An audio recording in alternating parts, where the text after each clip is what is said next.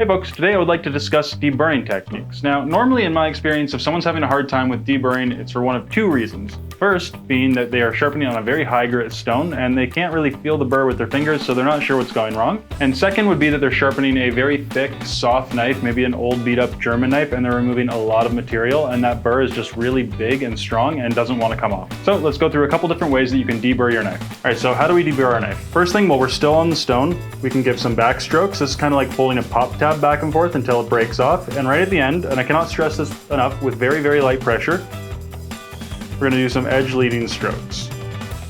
Next, we're going to move to the strop. This is the next logical step after deburring your knife on the stone, but maybe this still isn't working. What are we going to do? Well, my next recommendation is to shear the burr off the knife.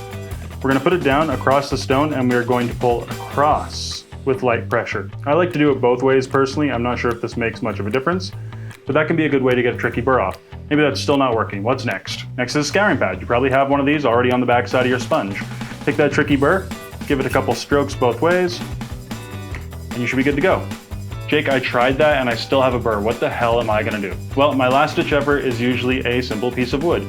Go to the end grain and we're gonna pull our knife through a couple of times. This gets rid of any of the really, really tricky burrs, especially the ones that you can kick up on a thick, soft knife. If this doesn't work, you might just have to go back to the stones.